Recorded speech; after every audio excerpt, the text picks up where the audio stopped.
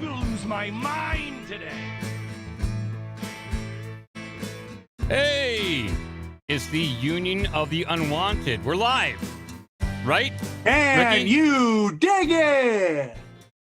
We are live. Thanks, guys, for joining us for another Union of the Unwanted episode hosted by myself, Ricky Varandas from the Ripple Effect Podcast, Mike from the OBDM Show, Sam Tripoli from Tinfoil Hat, and of course, Charlie Robinson from Macroaggressions. Today's going to be a really fun show. This is actually, well, first of all, guys, the unionoftheunwanted.com. Go there, get some merch. We got merch available. Apparently, we got some Cash Daddy merch already, too, huh? Nice, representing. So get some of that stuff, too. Always be closing, brother. Always be closing. So let's get Mike. How about you introduce our topic today? Oh my God. Do I have to? Yeah, this is right down I'm there. excited. Sure. This is Cryptozoology. I guess we're going to be talking about monsters. I do have like a few stories we can talk about right up front to kind of jumpstart stuff. But, you know, this is going to range from Mothman, Bigfoot, Dogman. It could be elves, dwarves, whatever you want, whatever fits in the cryptozoology realm. The last time that I really dove deep into this topic with somebody on my show was with Hero Paranormal. And he was on the OBDM podcast, and he was talking about his experience being around Skinwalker Ranch and a lot of the things that he encountered around there. And he had incredible stories, firsthand encounter stories of just crazy stuff that happened to him out there. So, I mean, this can go anywhere we want. I'm super excited about this, and I'm glad everybody's here. Thank you so much. I know I've had Dr. Meldrum on. I have most of you guys on my podcast, and I think this is one of the more exciting topics to talk about because you basically have to unlock, in my humble opinion, this level of this realm to be able to see all this stuff. And for those that don't want to do that, this seems like crazy talk, but to me, it's so real. And, you know, to have Dr. Meldrum here again, I always enjoyed talking to him, and always good to have readers on the show. And, you know, so I'm excited to be here, and I'm excited to hear from everybody and their experiences because, you know, I don't think people talk about this topic enough. Well, Mike, you left out Loch Ness Monster, and we have our own representative from the great Loch Ness. Mr. Kev Baker is finally joining us after about 80 repeated attempts on my part to get him on the show. I'm so happy you're here, Kev. Welcome. Well, you know, when you swap the swamp monsters for real monsters, I'm here in a heartbeat. I knew you'd be in. Yeah. So whoever wants to kick it off, I mean, I don't know where to start this. Mike has I mean, stories. You want to go over maybe share some of your stories? Yeah, because I think I got a story here. I'll bring it up on screen. You guys won't be able to see it, but people watching at home will be able to see this. This is probably a good place to start, and just with the headline itself. And this is titled "Ex-Soldier Claims Bigfoot with Special Powers Exists After POW Spots Humanoid." Now, this does come from the Daily Star UK, but there might be some interesting little tidbits here. A paranormal investigator has claimed one of his team witnessed the legendary beast Bigfoot, rumored to roam North America, but it vanished without a trace. Trey Hudson, who is director of the Oxford Paranormal Society and served in the U.S. military in Afghanistan as Operation Counterterrorism Officer, told the Daily Star about some of the phenomena he says his team has witnessed. He has been leading paranormal expeditions at top secret locations known only by his code name, the Meadow. And his new book, The Meadow Project, dives into what is considered the South's Skinwalker Ranch and is getting ready to be published. Over the years, Trey claims to have witnessed some truly bizarre things, and one of his expeditions has made him consider that Bigfoot could be much more than flesh and blood, and may even have special powers. And this is something that's been talked about within the cryptozoological community for a while. Being described as similar in appearance to Bigfoot, also known as Sasquatch, was allegedly spotted by a member of his own team in the middle of the night in a chilling encounter. Recalling the event, Trey said about 2 or 3 a.m. that evening, he saw a white humanoid-type shape peering around a tree watching our camp. He went to get one of our team members who has a very sensitive piece of thermal equipment, a very expensive FLIR unit, to see if she could detect the heat signature that this being was emitting. And by the time she woke up and gathered her wits, the equipment, and got out there, the entity was gone. Even weirder, he said that there was no physical evidence of the figure or animal standing in the spot where they were investigating. Trey added, "It is interesting to note that many members of my team are also trained in tracking. We know how to track a person through the forest, through the foothills, disturbances in the environment, compressed earth, compressed vegetation, etc. We went to the area and we had seen no disturbed vegetation, scuff marks, or any bark that was disturbed." And I can just leave it right there. This is just one little story that I've heard. I'm sure you guys have heard too, that Bigfoot is much more than just an upright walking ape, that it is something special and unique. I'm going to just, I liked your word, the roarm. And I'm just going to roarm into this. Oh, okay. I said roarm. I didn't know I said roarm, but okay. I like that because it's like a swarm of like in all honesty, it seems like when you're speaking about these, in my opinion, everly evolving adversarial threats in the mind of humanity, Sasquatch, be it many of these cryptozoological entities, you find that there is no limit to some of the prowess and powers that they have, because they do seem to be at a level of evolution that surpasses us in at least some form. And with that, I'll roar them out of there. Yeah, anybody want to jump in? Yeah, I'll say something here real quick. So I'm primarily a JFK researcher. That's what I've been doing for the last 3 years. And so I'm very critical when it comes to evidence. And I found, like, in the past couple months, I've seen enough things to make me want to open my mind that Bigfoot is a possibility. Where I start to get lost is when people start to talk about Bigfoot being interdimensional or somehow connected to UFOs. I change the channel because that stuff just really loses me. What's everyone else's opinion on that? I disagree with you.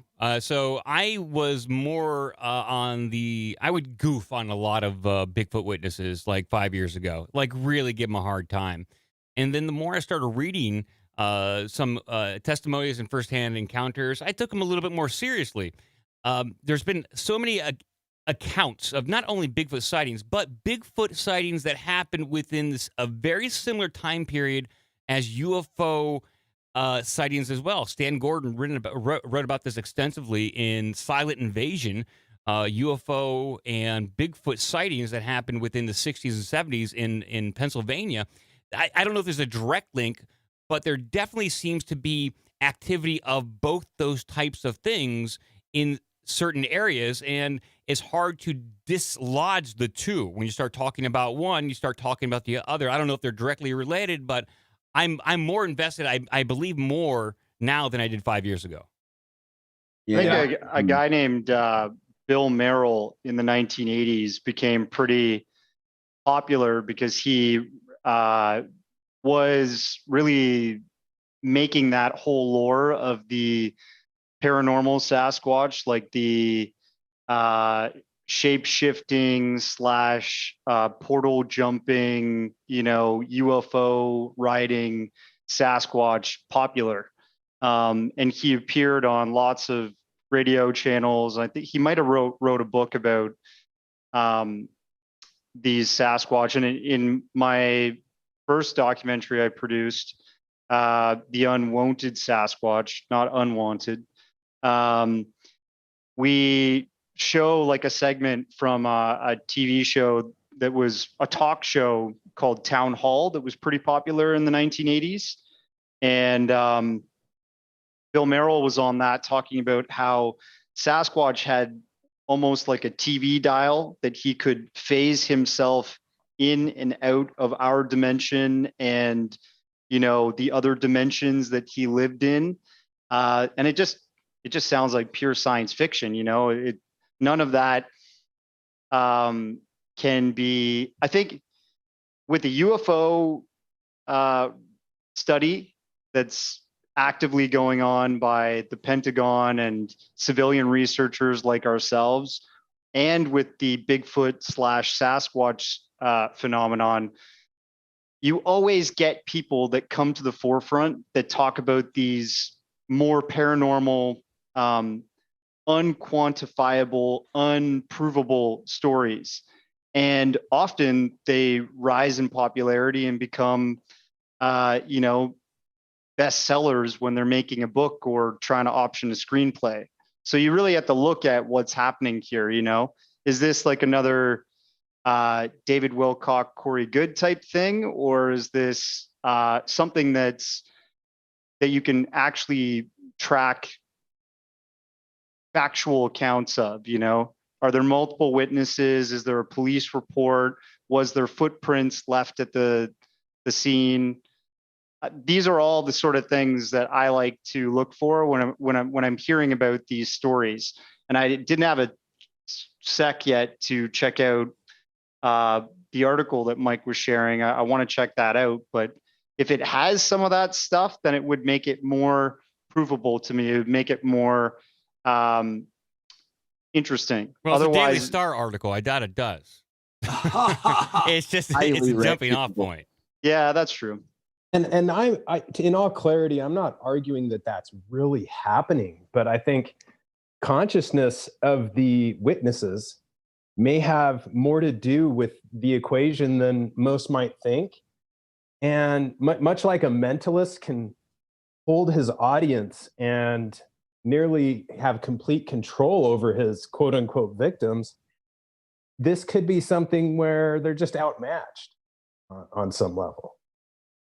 If I could chime in for a second, really quickly, there's an 1885 New York Times article, which I have pulled up. I have coming up on my show later this week regarding archaeologists finding human bones 3 to 4 times larger than what our skeletal structure is currently. And they also found some other mechanisms with it in Missouri, where these bones were also found that they at the time said, at least in the late 1800s, could not be replicated by current engineers or anything of the sort. So again, it was very quickly covered up after that. Very little was known after the article was written, but I did some digging. It is in their archives, and it was definitely reported back in 1885.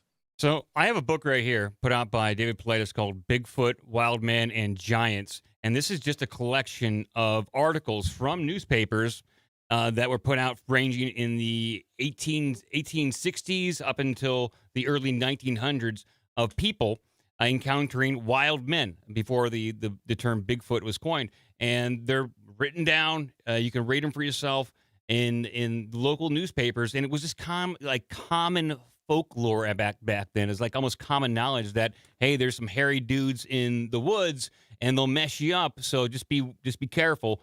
And it's like pretty well documented here. You could say these are all fictitious, but there are literally hundreds in this book, and I think some are absolutely real. Yeah, along those lines, there's a guy named Timothy Renner. He's a Pennsylvania author, and he's written several books along those lines. And there's one book that he called Bigfoot in Pennsylvania, which interests me because I'm in Pennsylvania. And it's a very similar thing. It's called The Hairy Man, The Wild Man. And there's these old newspaper clippings of kids coming back from the woods saying what they saw, and then a bunch of guys going out looking for the thing. Or person, because I guess they didn't really know what it was, but the descriptions of them does seem to fit what we have going on today with people's experiences. So it's interesting that it goes back that far. To add to that, I've been interviewing a guy named Thomas Steenberg, who's written like 3 different books on Bigfoot and Sasquatch history. And when I mentioned to him the skunk ape, or the Florida version of Bigfoot, or some people say it's in Mississippi as well, he's like, oh yeah, like I don't believe that for 1 minute. You think of all these wild, private wild animal zoos that people have down in these parts of the United States. There's like the Tiger King is a perfect example of that. And he believes that the skunk ape is just somebody that has grown tired of taking care of a chimpanzee or some other kind of greater ape that has released it into the wild. And I don't know if that's true, because they're based on the accounts and the sightings throughout history. you'd have to have like more than just a few private owners that had, released their exotic animal into the wild, and people are seeing that. There's actually a pretty famous photo. I can't remember if it comes from Florida or Mississippi, but it looks like an orangutan standing on the edge of somebody's backyard, like looking at them with like glowing eyes. And he used that as a perfect example for probably an escaped exotic animal. But I don't know, it looked a lot taller to me than an orangutan. But if you talk about, Mike was talking about this newspaper articles that have been published back in the 1800s of multiple wild man sightings that have happened throughout North America. A really good example of that, a popular one that I've shown in one of my documentaries, is the Jacko capture that happened in 1880 in northern British Columbia. This happened near Yale, British Columbia, a small town, and a train was stopped on its tracks at night because these people, the conductors, saw what looked like an ape lying across the tracks, and they didn't want to run it over. So they stopped the train, they got out, and this thing woke up and apparently tried to scale the bluff, the rock side that was near this train. And they lassoed it and they captured it and brought it back to Yale. And a doctor named Dr. Hannington examined its body and said it was like nothing he had seen before. It had a hand that was different from ours. Apparently, it didn't have like an opposable thumb. It had 5 fingers that ran in the same direction instead of one being divergent. And it was about 5 feet tall, covered in thick fur from head to toe, and apparently snapped a stick differently because it was super strong. Instead of breaking it like we do by putting it over an edge and cracking it over our leg, it could just twist it and snap it in half. So I listen to reports like that in history, and you got to take note that no one in North America in the 1880s would have had a private collection of wild animals that would suit that account. No gorillas, no greater apes were brought over to North America at this time and point in history. So what was that?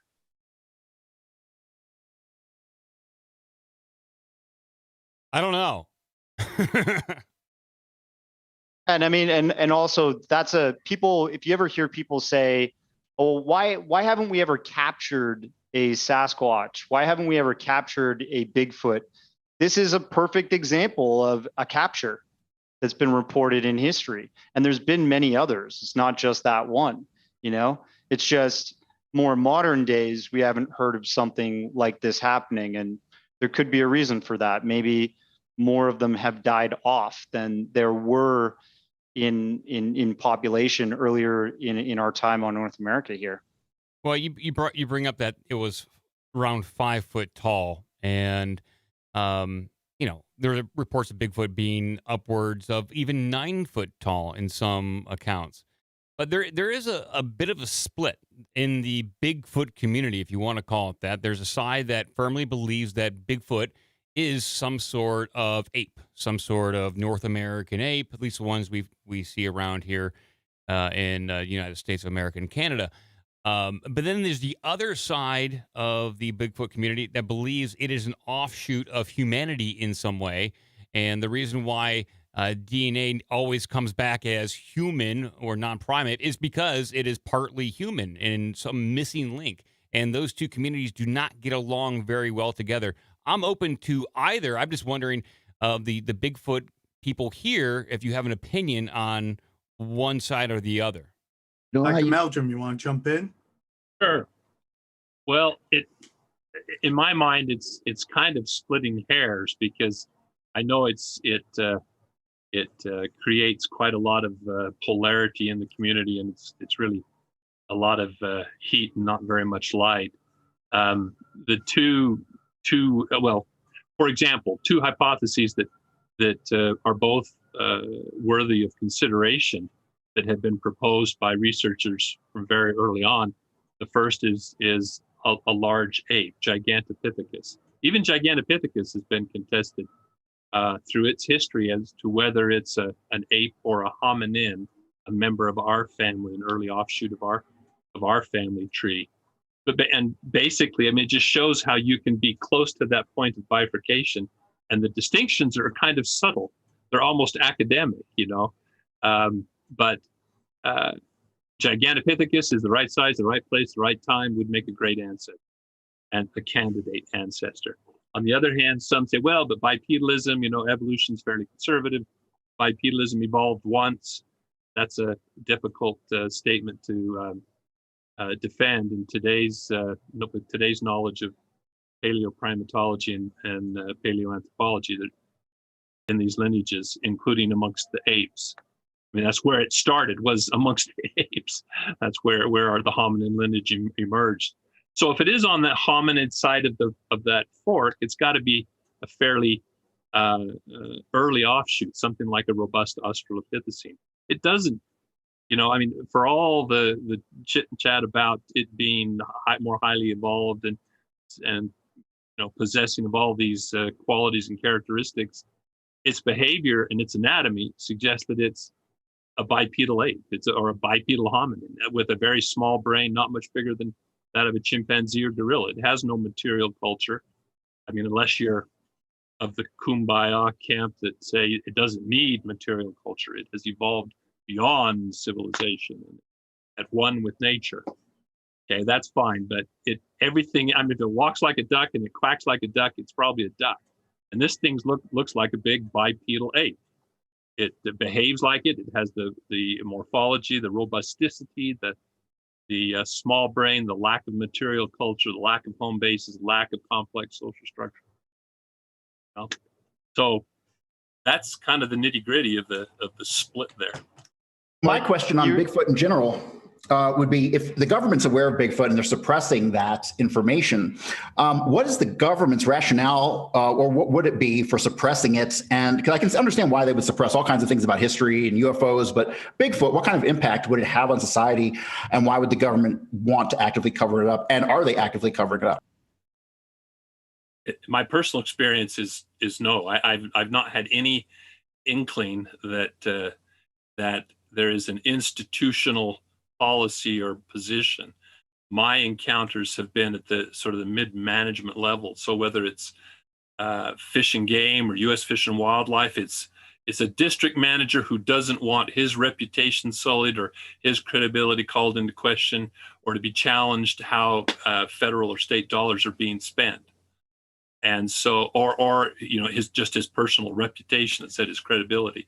And I've had multiple experiences where that employees of people like that have shared those experiences. The kibosh has been put on any effort to pursue information or to discuss it publicly from an official position. But as far as some conspiracy, I mean, I've been doing this for how many years? Almost 3 decades, and no men in black have shown up pounding on my laboratory door, rifling through my files. So either I'm really good at one conference one time, I got a big laugh because we were having a panel discussion. I said, all right, I'm going to come clean. I'm a federal agent, and I've been charged with disseminating disinformation. And apparently I've been doing a pretty good job for the past 30 years, because look at you all sitting here listening to me. So, either I'm doing intentionally or unintentionally a good job of keeping people down barking up the wrong tree or going down the wrong primrose lane, or the other stories are just conflated. And if there's any motivation, either on a corporate or an institutional, federal level, it would be the only motivation I could possibly see would be the conservation ramifications. It's just like federal agencies in Idaho denied there were native wolves for decades, even though there were. There were repeated sightings. Oh, no, it was just a coyote. Because as soon as they acknowledged there were wolves, they would have to have a management plan. And unless that was a funded mandate, that meant resources from other projects would be siphoned off in order to meet the needs of a management program for wolves. So it was only after a court case when wolves had been reintroduced in Idaho, and there was a court challenge, and the federal court said, no, this was done improperly. You need to get those wolves back out of there. Oh, well, it's going to be tough to separate the introduced wolves from the native wolves because they were there all along. If Those kind of, I was just going to say, those kind of things are a possibility. If I could ask to those that are such as yourself that are experts on this, what do you think the reaction would be to society as a whole with Bigfoot, say some type of acknowledgement relative to extraterrestrials in terms of mass panic or, you know, certain things like this? Do you think there's a difference or people would react similarly? Well, I mean, I like to compare it to the narrative of the discovery of the gorilla. You know, that was a very threatening announcement to some people's belief system.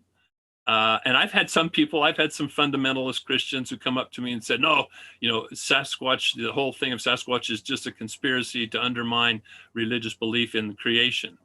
And so there are some people who might react that way. But for most people, it's, you know, once that evolution of perception proceeds, it's remarkably similar. You know, you've got these stories of these mythical folkloric creatures. Then you get these man-like monster tales. You know, it's the most, Barnum, P.T. Barnum bills Gargantua as the most ferocious creature on the face of the planet. And then that ferocious creature is selling war bonds. And he becomes the poster child of the imperiled status of the tropical forests, you know, and we have Coco the gorilla admonishing us to take care of the planet, you know. So I could foresee the same kind of cycle of public opinion when it comes. I mean, we've already been through through several of those steps with Sasquatch already. We're well down that pike, and sure there would be some adjustments. It wouldn't rewrite the history or the science text at all. It would just add a footnote, really. No one's going to care unless Bigfoot says something fucked up on Twitter 10 years ago. Then they'll get outraged. But pretty much I think the response will be the same as when the New York Times wrote the article about UAPs. It's kind of very tepid, very interesting to people like us. But by and large, the public was going like, well, what else is on Netflix? When's the next UFC fight? Yeah. So I got a question for you, Dr. Meldrum. You were saying that, you know, in science, it's acknowledged that bipedalism can only happen once in evolution. But bipedalism can be learned, right? Because you look at the example of Lewis the gorilla, who's been living in Philadelphia Zoo for some years now. And he walks on his, walks bipedally everywhere. And he learned that from his father. Right. Like his father was the only other gorilla that walked like that and died. And now Lewis is the only gorilla that walks like that. So it's like, can we say, if we're seeing this hairy upright ape that's walking around on its, hind legs all around North America, could this be possibly something that's learned from other Sasquatch if they are existing in sort of some kind of tribal community? Well, in the science, we refer to either facultative or habitual bipedalism. Facultative, your dog can facultatively hop around bipedally, but it doesn't have the morphology to allow it to habitually employ that means of posture and locomotion. There are other gorillas. Another real famous one is Ambam at the London Zoo, and he and his sister both stand up quite adeptly and walk around, even when they're not carrying things. They just stroll around on their hind limbs. But they have the pelvis and the lower back and the limb proportions, the hips and knees and ankles of a knuckle walking quadruped, but they can stand up just as we can get down on all fours, facultatively. We're certainly not adapted well for it, but everything. I mean, if we can take the Patterson-Gimlin film and so many details reported by eyewitnesses as a benchmark. What you see on that film is adapted to bipedalism. It has the pelvic shape, the upright stance, the position of its head relative to its spine, and limb proportions of a biped. But the notion, and it's a rather antiquated notion that really the old school. I mean, it's just like back when I was a student, it was hammered in. Evolution is one way. You can't reverse an adaptation.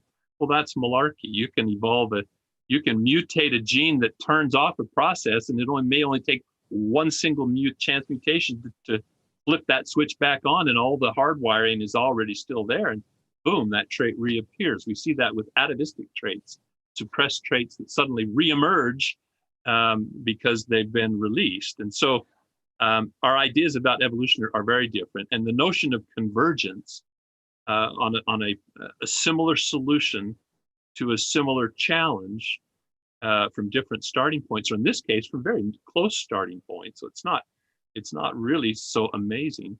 But there are examples, multiple examples now of other mice and so on. So the argument that, well, since Sasquatch is bipedal, it must be a close human relative. That's one argument. That's one hypothesis. But it could just as easily have occurred that while the Australopithecines emerged from an ape radiation and colonized Africa, probably from West Asia, the ancestors of our modern apes or modern hominins seem to have arisen there. It's very possible that a large terrestrial ape in Eastern Asia, experiencing climatic fluctuations and fragmentations of the habitat in similar fashion to what was experienced in Africa, could have also evolved bipedalism. There's a lot of other biomechanical aspects. I won't go into all the esoteric aspects of that, but there are multiple lines of reasoning that bipedalism could have evolved independently in multiple lineages in parallel. I just have a quick comment and then a question for anybody who wants to take it. For me, I didn't cover Bigfoot for the longest time when I first started doing my show. Just for me personally, I saw a lack of evidence, physical evidence, until I started interviewing people who've had their own experiences and, actually did experiments communicating with these creatures. I know, Charlie, Ken Swartz from C60, he lives out here in Colorado. He says he has a few Bigfoots out near him that he can communicate with him with wood knocks. It's things like that, and the eyewitness accounts of these things just kind of disappearing off into nowhere after taking a couple of steps. You have the footprints, you have one or two footprints, and then they're gone. That kind of, like, for me, supports an interdimensional aspect. But then again, there's that lack of evidence thing until you talk to some people who have actually experienced this firsthand. And that's when these stories for me get really interesting when it comes to Bigfoot, is people who are communicating and actively, encountering these things. And I think that's where the evidence, as far as now, we're mostly seeing it. That's interesting. And my question is, has anyone either tried an experiment with communicating with these with wood knocks, or know someone who has? Yeah, I know. What's his name? Friggin' Jeff, you know who I'm talking about in our latest. Dave on Whidbey Island. What's his name? Oh, Dave Ellis. Yeah. David Ellis and the Olympic Project guys have all been out at certain times, and Dave Ellis is sitting on his Spion, which is like, a listening device that usually creepos might sit in an apartment room or a hotel room, or special agents or detectives trying to listen through a wall. Well, this guy's not applying it to that. He's actually going out into the forest, and he's taking this Spion dish hooked up to a tape recorder of some kind, and he's got his headphones on. He can hear things that the other guys in his Squatcher group can't quite hear off in the distance. And so he's initiated communications in these instances where they've heard things off in the distance and they've been like, okay, let's try this out. Let's see if this works. And they'll take 2 rocks, because something that's very common in this phenomenon in terms of the interactions that people have had in the wild is they'll hear wood knocks, which is usually wood hitting on the trunk of a tree, or they'll hear rock clacks, which is 2 rocks being hit together really hard in the distance. And so the Olympic Project folks, David Ellis and his guys have been doing that, and they've actually had interactions being recorded on tape. And just in my latest doc, we show that one interaction, but this guy's got like a database of many interactions that have happened in just the Olympic National Park in Washington State. Yeah. Anybody else want to jump in? I'm glad Chris mentioned the footprints disappearing, the wood knocks, etc. I think it's a very real glimpse into that fray that Tim Renner and Kutchin offered with their book, and I'm glad somebody mentioned that as well. That fray into the Bigfoot community that we're sort of discussing, and Dr. Meldrum, such a true statement about the wolves and entering into that same sort of deception. Isn't it possible to kind of go back for a moment that the upright evolution is quite Darwinist and, in a matter of fact, a sort of a deception in a way in the dominance alone, and enough to really, the first in each group to do that, I would argue, would be the more dominant. Bringing in the trickster and the Darwinist deception. And I would also argue that we as human beings are quite, deceptive, wearing makeup, clothing, driving cars, and tantalizing jewelry to appear to be things we are not. I don't know. If I can jump in to ask anyone who's willing to answer, in the last, say, 50 to 80 years, have there been any cases that may suggest any of these beings have been biologically altered in any way, shape, or form? You mean like they're products of experimentation? Sorry, genetically. My apologies. Yes. I just talked to a guy, and granted, take it for what it is. My show is people coming forward and sharing their experiences. So they come forward, they come on the show, and they talk to me about what they've been through.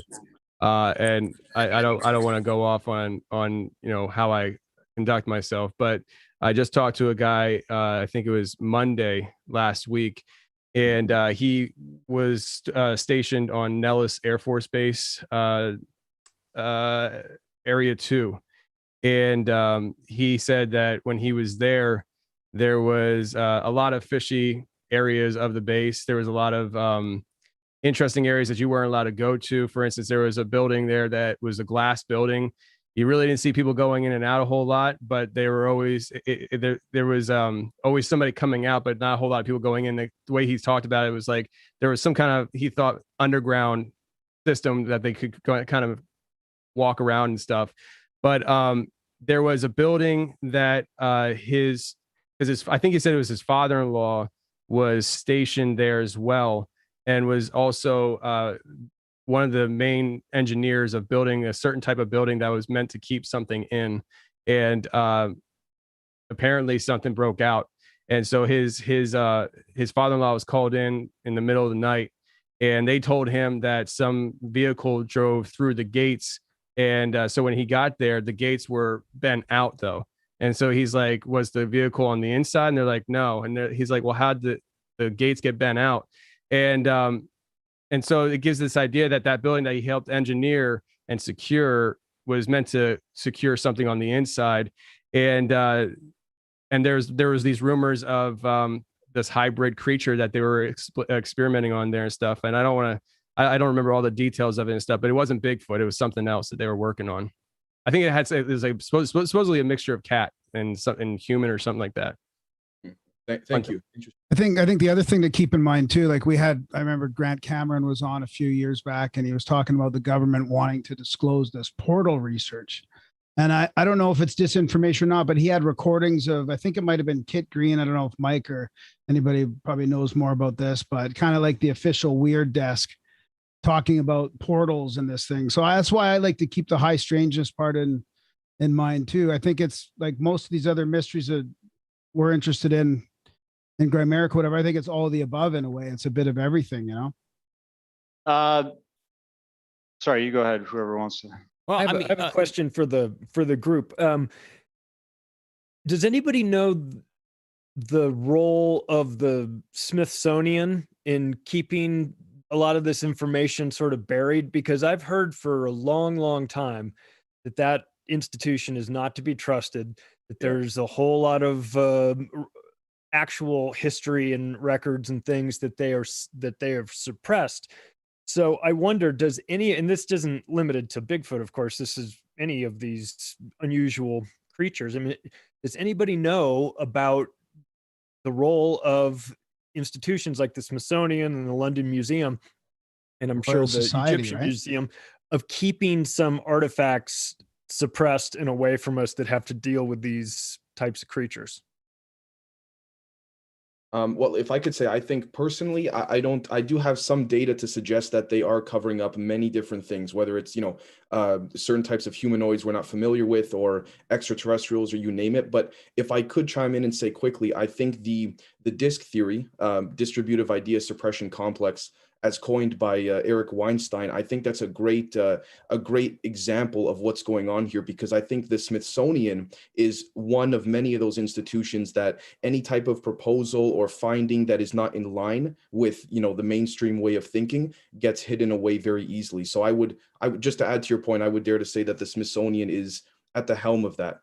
I don't know if it's at the top, but I would say certainly if you look at a lot of the big time donors and what have you, and there's some evidence to suggest that some money that has been donated has, very quietly disappeared in similar stances, like the way that it has in the Pentagon in those cases. So again, I don't have the answer, but if I could add, then that's what I've been finding so far. Carly, it's not just the Smithsonian that does this. I mean, all the way down under as well. I had a couple of guests on, they were talking about skulls, and from what I've seen, these were very out of place skulls altogether. So the government came in there, they hid it away. You've also, when it comes to the whole Bigfoot thing, I used to think it was kind of physical over supernatural. But then you look at all the way around the world, you'd have to think by now, logically, we would have some kind of physical evidence, right?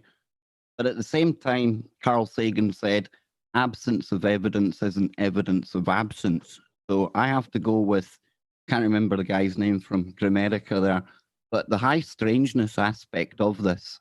I don't think there's any one answer fits all of these cases when it comes to Bigfoot or any of these other cryptids out there. I think it could be a whole host of things that we just don't understand in many cases, And obviously, whether it's America, Britain, down under, there's going to be a rush to hide anything that might call into question the official narrative of who we are, where we come from, and what the hell's going on here, Yeah, I mean, I tend to agree with this. Like in my first doc, I'll keep mentioning my doc. Sorry, guys, you're gonna get sick and tired of me saying this, but in the Unwanted Sasquatch, actually, Dr. Meldrum disagreed with me putting this one photo in near the end of the documentary when one of the speakers, who was John Green, who's now passed, he mentions that he's been engaging with the mainstream scientific community his whole life. He said he'd been studying Bigfoot or Sasquatch for over 40 years. And the mainstream scientific institutions never took him seriously, never admitted to conducting any study about them. And he was pretty frustrated about that. And he believed, he said that he kind of was seeing over the years that science in, the academic sort of channels tends to be following a paradigm. And it seems to not like ideas that are new that could challenge the old. And that photo that I used was Charles Darwin kind of on a cross, like an illustration. And I understand why Dr. Meldrum objected to that, because he is a man of faith, and I don't want to insult anybody, but I was just trying to get across like the concept that sometimes the mainstream acts as a institution that has beliefs instead of following, interesting new concepts and saying, hey, what's going on over here that a lot of people are reporting on? It may be on the fringe, but when you still have thousands of people reporting the same thing, these upright, hairy, ape-like, not man, but something else, if the volume of reports are there and we have hair samples and we have footprints being left all, for a vast majority of the sightings there's lots of footprints, and Dr. Meldrum's study on the footprints has been extensive. He seems to think it comes from something that's not us. Then why is the mainstream not saying we should really investigate this and admitting to there's something being there? And I'll just add two more things to that. Like, if anybody's looked at that Washington State atlas, I think it was published by the American Army Corps. It was sort of acknowledging that if you're going to be in this part of Oregon, this part of Washington State, Northern California, that there's been sightings of this type of creature. And if like the military is publishing something like that, isn't that interesting? Like, why would a government organization be taking something like that very seriously back in 1973 to publish into their own text that they're alerting their own staff of if they're going to be working on projects in the wilderness?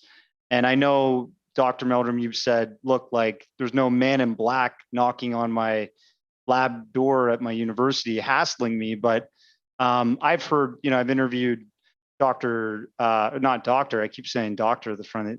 I don't want to say that anymore, but Richard Dolan. Richard Dolan's like, an amazing historian in terms of the UFO cover-up that's been going on since at least 1947 in the United States and probably longer in other places. But, he'll say, you're not going to be hassled. You're not going to be having these sort of man in black experiences.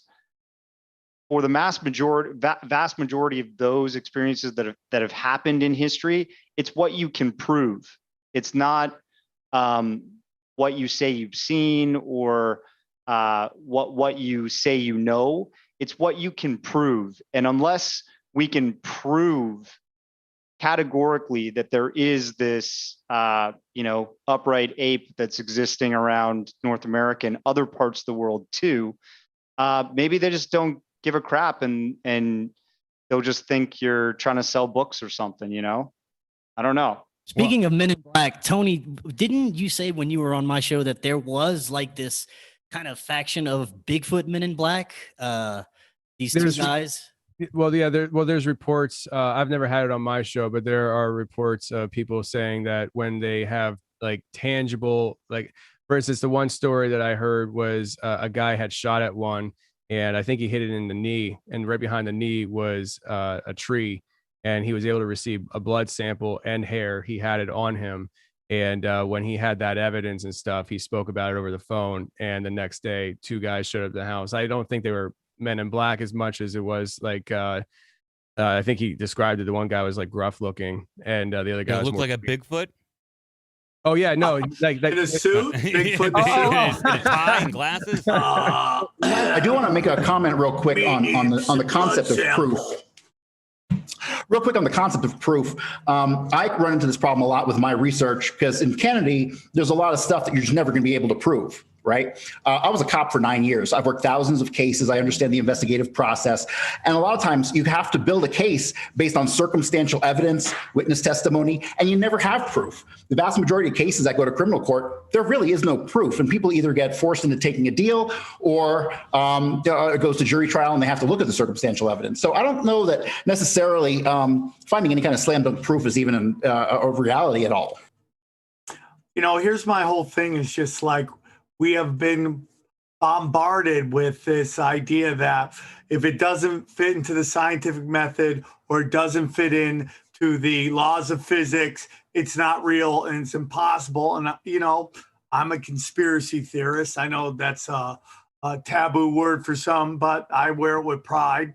And I just know that we live in a very special place. And the things that fit outside the laws of physics, I don't want to insult anybody here, are what makes us special, my humble opinion. And there are things that can't be explained in a scientific method and stuff like that. So for me, these amazing things, whether it's paranormal, cryptids, all that stuff, like for me, it's just, I mean, how many people have to come forward saying they saw something? Like, what do they gain from this? I mean, I'm sure there's some people who might write a book or whatever they are, but for the most part, it just seems like it comes with a lot of like negative reaction and pushback because people are afraid to believe outside of what they've been programmed to do. And like, I know we talked a lot about Bigfoot, but there's also like Dogman and you know, Chupacabra and all these other things that I think are pretty amazing. I'd love to hear everybody's thoughts on that as well. But for me, man, it's just you know, there's things out there that people, it's like if we said right now Bigfoot existed, right? And there'd be a lot of people going, oh, I'm so tired of it. You're crazy. And then CNN came out going, guess what? Bigfoot exists. Everyone's like, it exists. I can't believe it. This is real. Can you believe that? Bigfoot People is be real. high-fiving in the streets. It's just crazy that it's just, they just have to have a certain brand tell them it's real, even though that brand has lied to them thousands and thousands of times. You know, Dr. Meldrum, Darce, the other people here, they do stuff on their own, out of their own pocket of something that they really love. Yet these people who make tons of money from giant corporations over and over again to push a certain narrative, well, they're seen as true of art and intent, which I have no clue how that works. As a stand-up comedian, we are constantly being censored. And I think the groups that get censored the most are stand-up comics and YouTube creators, because we can create stuff for nothing. We don't need bank money or anything like that. And I'm sure with your guys' books and your docs, it's the same thing. You generate your own money to invest into your projects, and they really, really hate that. So we get censored a lot, and we get picked on, and we get told that we're just crazy people. And for me, that means we're onto something. So whether it's whatever cryptids, I without a doubt, with the amount of time and effort that I know everybody on here has put in to study this stuff, I have to believe that there's something more out there. And I do believe we live in a very special place that's a lot more interesting than we believe. And for me, it's like Super Mario, right? Super Mario goes from Donkey Kong, but you know, there's Super Mario Kart out there, and he doesn't get there until he starts opening his eyes and believing in a lot more stuff. So sorry to get weird right there, but that's my opinion. No, you mentioned the Men in Black, and you know, what are the Men in Black? Because for me, they're like a paranormal topic all into themselves. You know, you get this image of them being G-men from the government, but come on, let's be serious. You know, turning up to Bigfoot sightings, and what would be the point? Then you look at the work of John Keel, and he was like the rock star of the paranormal world back in the day, and he's more famous for the whole Mothman thing. But when you get into the accounts of the Men in Black, and I'm sure Midnight Mike, he'll be able to add to this, they in themselves, there's something kind of non-human about them. Some of them act out of place. It's just total weirdness. What, Mike, would you agree with that? That they themselves, in some instances, are paranormal? If the accounts are to be believed, and you believe the witnesses, and they've gone on record, the accounts of Men in Black, they started off as what people would consider an intelligence group, or some squadron of an intelligence group, probably Air Force, to go and intimidate witnesses. And then over time, it seemed to have morphed into a hybrid paranormal interaction, and it's like almost poltergeist interaction when you start to talk about them or start to act in a way with intention to expose the secret around UFO topic particularly. And then then that Men in Black would manifest and try to ruin your life. There seems to be a correlation with these fantastic ideas, whether it's Bigfoot, Dogman, the Beast of Bray Road, Mothman. It's almost like once that topic has your attention, other things start to be factored in. For instance, the investigation that happened at the Beast of Bray Road, I believe up in Michigan, there was accounts of this upright walking wolf-like creature. By all accounts, probably this is called a werewolf man or like a wolf man walking around terrorizing sheep, raiding goats. Yeah, an Armenian, crazy Armenian. But it was investigated by the local officials, the wildlife people. You had the police department investigating it. And these people went on record stating that when they were investigating this stuff, they were miles away in their own office. When they were talking about investigating the Dogman, paranormal stuff started happening. Books moving, things moving around their area, books flipping open, being pushed on the floor. So it's like when they started to address these weird things, it started to recognize what they were doing and act towards them. Really quick, if I could, thanks for having us on, guys. I know I joined a little bit late. Tried to keep my thought process on this without losing it. Really quick, I'm going to go back to what Charlie asked about the Smithsonian. I had first heard about the Smithsonian covering up stuff probably back in 2005. Now, what I had heard from it was from a creationist who had talked about a story where they had dug up giant skeletons, I believe in Arizona, and had sent them to the Smithsonian, and the Smithsonian said they lost them, and because it did not. That was during the gold rush, right? I believe it was 1881, if I remember it correctly. And then shortly after that, a couple of brothers found one, a pair of them, not far away.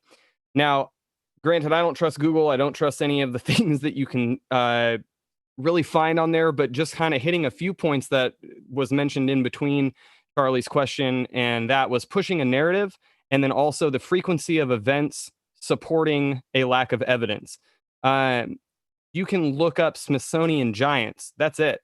And you can find tons and tons of articles of this idea that for years and years and years on end, they have been sent different archaeological dig findings that have been misplaced, have been destroyed, including but not limited to the Smithsonian admitting to having lost or destroyed some because they didn't have a place for it in the museum. So just to go back to what Charlie was saying, I have heard that as well. I don't know if any of the rest of you have, but you can definitely, there's a lot out there on the Smithsonian covering up a lot of evidence and different weird ideas that I think a lot of people probably haven't heard of because it didn't get submitted. Hey Ben, do you know, is there a Indiana Jones type warehouse somewhere out there with artifacts in it? I don't know. I'd go to it though. Yeah, it's called the Vatican. Area 51. No, but like, you know, going back to, I know we've talked about Men in Black a couple times already, but just like in terms of what that concept to me is just censorship. You know, every time you hear about a story where if it's a plainclothes officer, you know, like somebody in black with a black hat, black shades coming to intimidate a witness or a contactee or somebody that has a piece of evidence to prove their story, or just an actual Air Force officer. Like we listened to the case of Westall 66 that happened in 1966 in Melbourne, Australia. This mass daylight sighting happened. Over 200 people saw possibly one or two discs that were flying over a elementary school and a high school. And a science teacher got involved with, you know, encouraging his kids to go outside. And then the news reported on it. throughout, that month. And this teacher allowed himself to be interviewed by the, I don't know, Melbourne Gazette or something like that. And when he did this interview, the next day, he was visited by the Australian Air Force, 2 personnel from there. And he had not a man in black experience, but he had a suppression experience, which was fear and intimidation. They said to him, look, like, there's no such thing as UFOs, man. Stop talking about it. And if you want to continue talking about it, you'll never teach in this country again. And he shut his mouth until James Fox just released The Phenomenon, which is a really cool documentary. And the first time that teacher's actually been seen on camera talking about his sighting during Westall 66 and his, fear and intimidation incident by not Men in Black, but the Royal Australian Air Force personnel, he spoke about in person, and that was pretty cool. Like it shows that there is an active suppression going on, not just in the United States, Canada, but like Australia, for example, possibly around the world, with certain things that they just don't want us talking about. They don't want us acknowledging. They want us to go back to worshiping celebrity like the Kardashians and, doing whatever menial things that we don't want to challenge ourselves with. Can I jump in very quickly, if that's cool? My research that I've been doing over the past handful of months has found, and again, I could be wrong, this is just what I found personally, but the suppression of it all has gone from direct intimidation, such as, for whether it's UFOs, Bigfoot, the Air Force, you name it, and regardless of the country, it's gone from direct intimidation most of the time because, it's a lot more difficult to get away with certain things in the public level, more to subtle suppression. And what I mean by that is this, in the sense that these type of people will create disinformation, not about the actual topic that you're trying to discuss, but to the extent in which the masses will believe in that topic. So Richard Doty. Right. So for example, very, very quickly, Gary McKinnon back in 2001 or 2002 hacked into NASA, the Pentagon, you name it. And long story short, he found a bunch of files that are, debatable as to whether or not it proves the existence of a secret space program, for example. But the point I'm trying to make here is that the US wanted to extradite him back to the States to stand trial. But one of the reasons why Mr. McKinnon, who lives in the United Kingdom, is still a free man today, at least in the UK, is because if he were to be extradited, what would happen is that he would have to testify in court in front of a jury, in front of a judge, as to what he saw when he hacked into the NASA and Pentagon system, right? The judge would have then said, okay, under the Freedom of Information Act, the Pentagon, CIA, you name it, the judge would then say, all right, you have to then corroborate this. And it would actually end up shooting the US in the foot, metaphorically. Because now what would happen is that the evidence that was never there now becomes there, in the sense of sometimes you have to look for what isn't there. And if Gary McKinnon's testimony were to line up with the files that would, arguably be forced to be released, unless they, just claim they lost it, so quote unquote, then it would have proven Gary McKinnon correct. And what I'm trying to say overall is that, again, it's more about the disinformation angle. I think regardless if it's Bigfoot, UFOs, you name it, the Men in Black showing up at your door is not nearly as common for a multitude of reasons. But I think to chime in where I can with actual proof of Men in Black and bringing in the space agency that is a very real space agency. In every account of Navajo Rangers, almost every account of Navajo Rangers showing up to many of their sightings, which would include Sasquatch and Dogmen, things of this nature, prior to them arriving, almost without, this is with extreme frequency, was BASS agents, which was basically the renamed National Institute of Discovery Science. And you end up with these different groups that just keep changing names. And it's like a constant shuffleboard. And I mean, would you call them Men in Black? No, they're not intimidating the people, but they definitely were getting evidence and everything before anybody else would get to on site and traveling extremely long distances to do so. Yeah, and I'll add. So I'll just add to what's your name? which guy was talking there about Brian. Andrew McKinnon. No, I know Brian. I know you, brother. Hero Paranormal. No. Yeah, no. So with Gary McKinnon, I think what saved his ass from not being extradited to, the United States and possibly Guantanamo Bay was the fact that he suffers or is autistic. He's on the autistic spectrum, and Theresa May officially denied his extradition from the UK to the United States because it would have been a civil rights issue, would have been a human rights issue, because this happened when he was in his early 20s. He has also OCD. He kind of suffers from OCD, and he was obsessed about getting into these servers. And I don't discount that he probably saw some evidence of a secret space program. I agree with you there, but I don't think that's why he wasn't extradited. I think it was actually a more humane reason in the end. But it could have been cool if he was.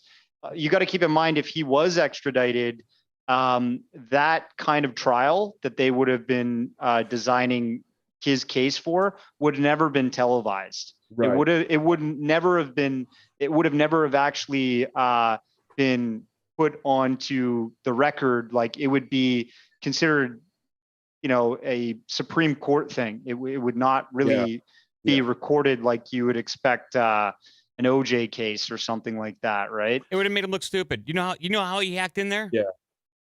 Yeah, I know. He just put administrator and empty password. Yeah, because they left all their routers default passwords.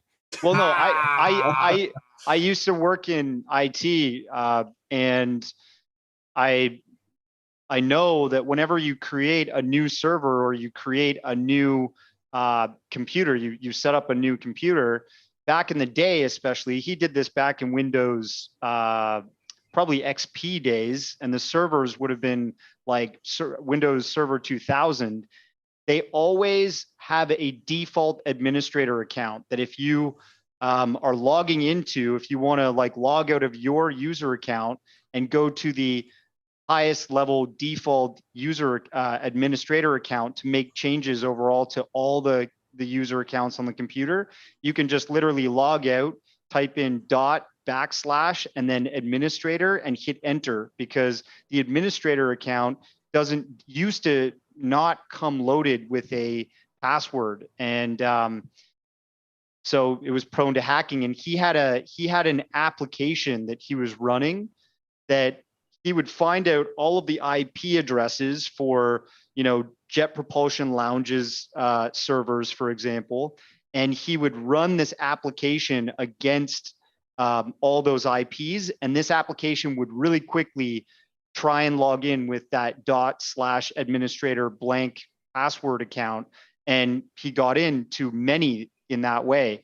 And in a way, he actually showed their security flaws, so he did them a favor. But we're really off topic here. That's a good bit of I want to say something real quick, is that these government agencies don't always come as blatant men in black. We have seen forever that we have agents of chaos that show up, and they show up in different forms. Sometimes they're friends, sometimes they're employees, sometimes they're saying they're coming to understand your research. I just had a gentleman on named Ryan Bledsoe, whose family went through a lot of stuff with UFO sightings, and the CIA, and they did not come in the form. They didn't always come in the form of men in suits. They came in the form of people who were there to want to understand, and misinformation agents. And I just think we have to understand that it was this game is kind of crazy. Like, controlling what we believe is very paramount to these people, these masters of mankind. They want us to believe we're just speck of shits on a rock hurling through space, and we got one shot at this. And if we don't listen to them, we're gonna die early, and that's our only run. And they it's all scarcity, and it's all about leveraging death against the scarcity of life. And It's all that stuff. And when we talk about these things, whether you believe that they are just animals or you believe that they are interdimensional, they are something in which for some reason a lot of people would not want us to know about. That doesn't always mean that the government is actively doing it, but they also could be doing that. We just don't know it. Sometimes it's not as blatant as you see in the movie sometimes. Real quick, I'm going to recommend this book just real quick. This is called the Giants Who Ruled America, The Missing Skeletons and the Great Smithsonian Cover-Up. It goes back to, so what we're talking about, the curation of information and the Smithsonian, it goes back to the early 1900s and the Powell Doctrine. You guys can look that up. It's all has to do with manifest destiny and religion and hurt feelings. So that's all I'll say on that. Great book. Wait, Mike, you brought up David Peliti's at the starting of the podcast, and I'm curious. I don't think I've asked Dr. Meldrum much about this before, but what's your stance on David Peliti's, Dr. Meldrum? Because he published, Missing 411, and in one of those books, he references a story which, he's a former police detective, and he did some research, in-depth research on a case where a couple's child went missing in a national park one day. They were having like a group family picnic. The kids were playing hide and go seek. The kid went missing pretty much immediately. There was a search and rescue effort. They combed the forest. They never found a body. And apparently an FBI agent got involved in that case, and this guy was deeply disturbed from everything. And in David Peliti's account, the FBI agent committed suicide for guilt of some kind. And apparently there was like a Green Beret military exercise the very next day in that forest where this kid went missing. And there were other hikers and stuff in this national park the same day the kid went missing. And one couple recognized an event during the midday that they heard a scream up on like this rock ledge, and they looked up and saw what looked like an upright, like ape-like thing carrying a kid with a yellow t-shirt on its shoulder running like off into the forest. And you hear things like this, and then a military exercise just mysteriously being scrambled to go into the forest that next day. Do you think that there's like any military acknowledgement? And when you hear about stories like David Peliti's, do you think he's just trying to fictionalize and make something more scary about the Bigfoot or Sasquatch phenomenon? Or do you think there might be some legs to these accounts, especially when a couple's kid, never got found in this case? Darcy's trying to start fights here. Yeah. Oh, no.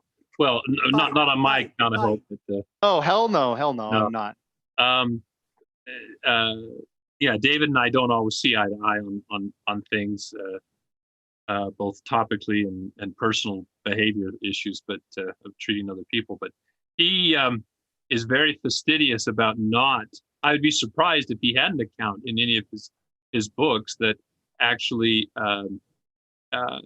pointed a finger at a Sasquatch-like figure involved in any one of his abduction or missing person, not abduction, but missing persons accounts. Because he, one time I made an off-the-cuff remark about missing children, for example, and made reference to one of his books. Boy, he came after me first privately and made it very clear that that he went to great lengths not to draw any conclusions. And that allows him to play it both ways. He speaks more frequently at MUFON conferences than he does at Bigfoot conferences anymore, because he plays the alien abduction angle on those stories.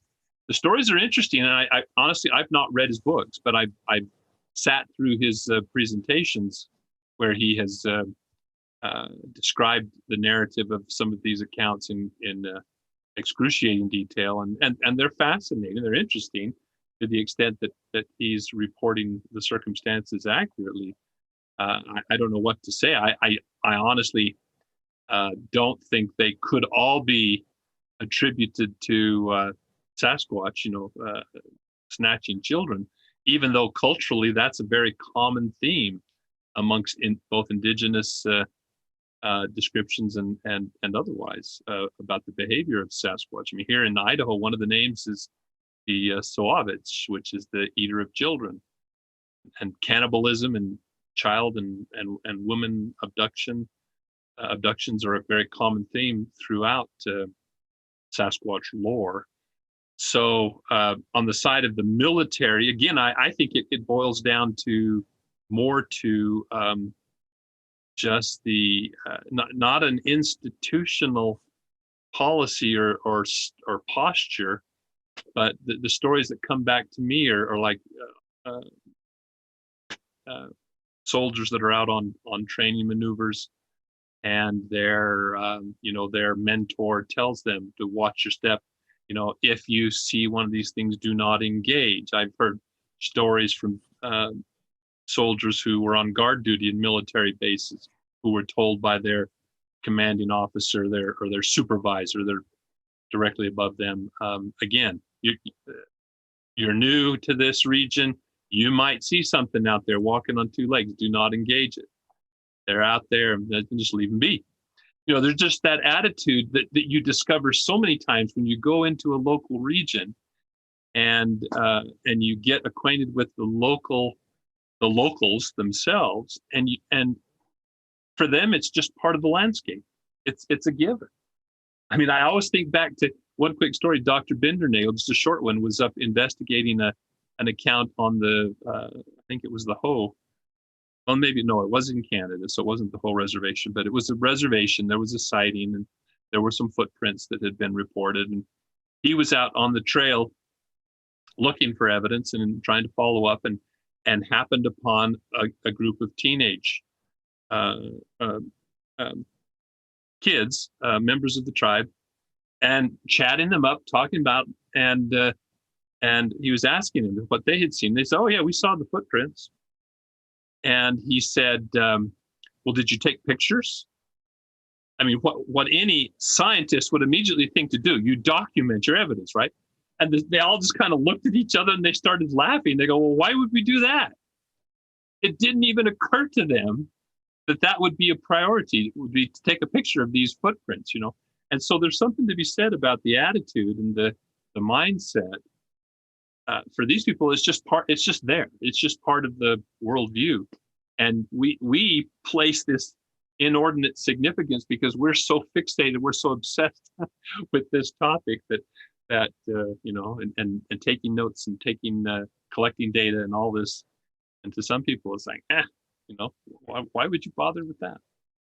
Joe and Jen, real quick, would you guys like to jump in, because you guys have been sitting nicely, and I'd love to hear from you guys if you want. Then we'll get back to you, Zed. Sorry about that. Yeah, I just had a question for Tony. I was telling Sam I'm so used to just listening to all you guys, I forgot I could actually talk to you. I had a question for Tony, maybe for Jeff too.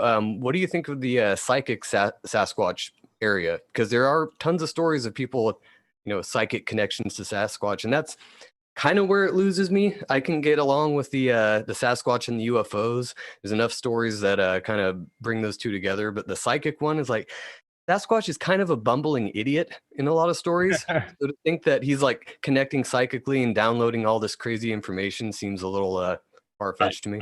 Yeah, I mean, when I first started hearing about that was, I would say 2014, 2015, when I first started looking into the Bigfoot topic. And it was almost enough for me to stop doing everything that I do. I was like, what is going on here? Because when I first started looking into Bigfoot, I mean, granted, my opinion has changed a lot. And certainly me and Dr. Meldrum, look at things a little differently. But I definitely was like, this is just a hairy monkey in the woods. And that's why I started the Facebook group I started. I was like, I'm going to go find this freaking thing and just whatever. It's going to be easy. It wasn't easy.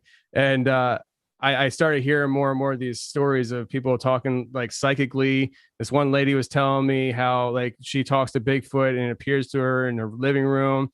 And to me, I'm just like, and me and Dr. Meldrum probably come from a similar stance when it comes to the theological background. And I just start thinking, I'm not so sure you're actually having any kind of communication with Bigfoot. I'm very short to question people's experiences because one, I wasn't there. And I do believe this world's really freaking crazy. But when it comes to that kind of stuff, I think it might be more along the lines of demonic than anything else. But who knows? That's kind of the way I lean too. The trickster, element comes in a lot with the Sasquatch and a lot of the other weird cryptids too. Is a kind of a trickstery type of, like they're fucking with you type of thing. I have to go, but let me just interject one thing. One of the tells when it comes to those who are claiming psychic communication is just press them on the issue of what are you talking about with Sasquatch? How does the conversation go? And either one, they fall flat on their face and they can't give any coherent response, or two, you get this extremely elaborate. I mean, like the Matthew Johnson, Darcy, you get this elaborate whole storyline about this entire, Atlantean race type thing, or Pelitian race, and he's been chosen as the spokesman. And they're about to enter and usher in a new era. I mean, it's all the age of Aquarius kind of mumbo jumbo, but it's either or. There's no in between. There's no just, like a conversation with Coco the gorilla where, are you having a nice day? And where do ducks go when they die? And do you want a new kitten? But I mean, at least there's a conversation where there's thoughts exchanged between the two parties involved. But I had what he had for dinner or anything like that. Yeah. I had a psychic in my lab here. She came and sought me out, and she was telling me she could tune into these different groups in different states, or even on the other side of the world. And I asked her that. I just point blank said, "Well, what's he saying? What's the conversation like?" It becomes the kumbaya around the campfire, peace and goodwill. It sounds like you'd think you'd gone to a Miss America beauty contest. The question just falls flat. Anyway, it's been interesting and fun, but I have to leave, I'm afraid. So take care. Thank you, Dr. Meldrum. Hey guys, I have to leave as well. Thank you guys for having me on. I just wanted to say, Charlie and Corey, this summer we need to have a Bigfoot expedition in the mountains. Yes. Go find this fucker. Yes. All right. Good luck. Have fun. Tell us how it goes. We're going to need some provisions, though. Yeah. Provisions. Good luck on that. See, here's my whole opinion on the whole thing. Is like, when you're talking about this stuff, I get a little weird when we don't understand how people can't believe us, and then we're so quick to dismiss what other people think. And the truth of the matter is, when it comes to this thing, and this is no disrespect to anybody who was on the show, but I mean, we are there is no handbook for this, that what is right and what is wrong. So whatever it is, it could be more than we ever believed. It could be completely nothing. I mean, we don't know. We're only talking about. So when someone says they could have a psychic thing, if we're talking realms and we're talking dimensions, and this guy's in it, why couldn't he talk to us? I've had people who had UFO experiences, and they were like, I never for 1 second thought about grabbing my phone. It just didn't let me. It is something that did not pop into my head, was to sit here and think to grab my phone. So we don't know why we say that all the time. Why do you grab your phone? If we're going to entertain the notion that these are beings of a higher evolution, they could have like, no, don't grab that phone. That's not the picture you want to take. That's not the picture, right? So we don't know what the answer is. So I get very worried when we start dismissing everything that doesn't make us feel comfortable. Because I think a topic like this is something for people who don't have black belts in this uncomfortable. If I could, oh, sorry. No, I was just going to say, I believe to a certain extent in the power of the mind, being able to connect with things out of body. For example, we know through the CIA's MK Ultra program, there's a deep history in that. You can look up men who stare at goats, and they made a movie about it and such. That there was a active recruitment and research organization sort of time period that the CIA was doing remote viewing, and remote viewers are still employed by major corporations around the world. They're still employed by military organizations and such. And this is, it's not psychic, but it is some kind of extrasensory ability that the brain has to see things that are, out of our body, out of like our direct connection to our feeling. Like usually your thoughts or projected thoughts are described as imagination, but mind speak, like I don't know, like when you hear about people saying they have telepathy, that is just such a rare thing. Why would it happen with Sasquatch but not from person to person as much? I think, Darcy, I think that a lot of this stuff that when you go down the path of the weird, it really depends on your base of where you're coming from with what is Bigfoot.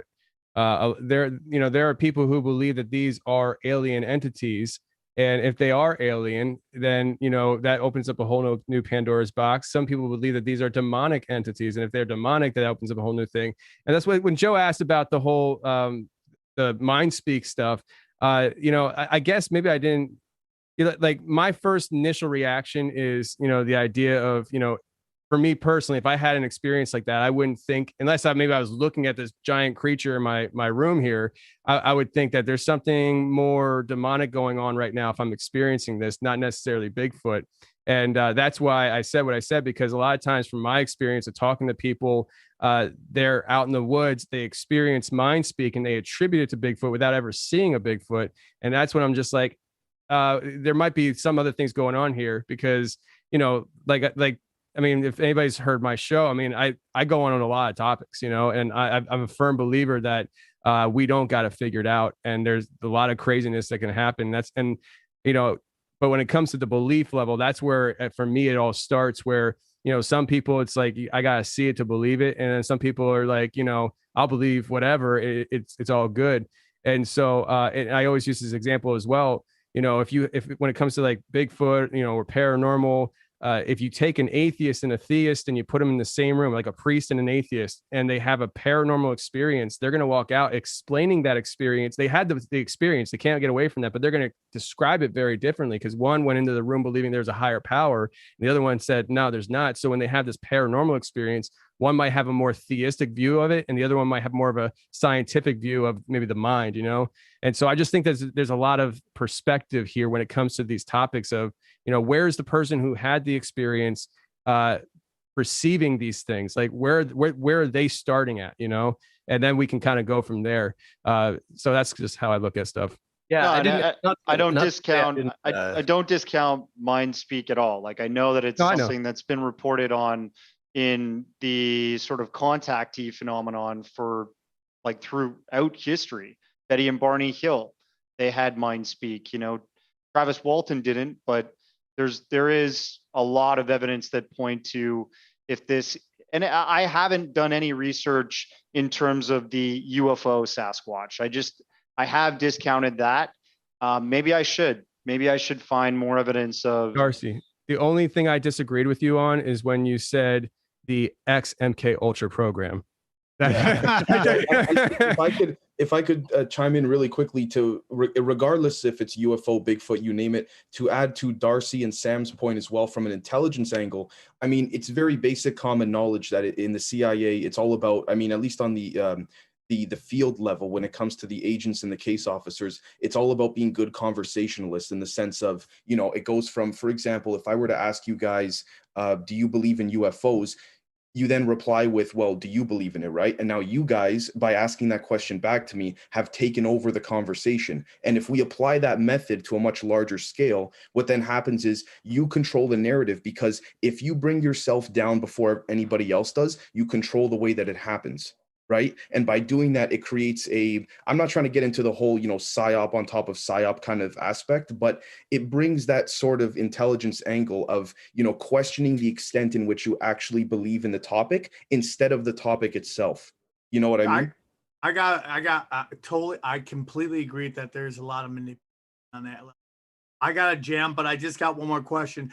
Do we have any, with I'm excited about Godzilla versus King Kong. I don't know about you guys, but that is a national holiday for me, okay? So I'm super excited.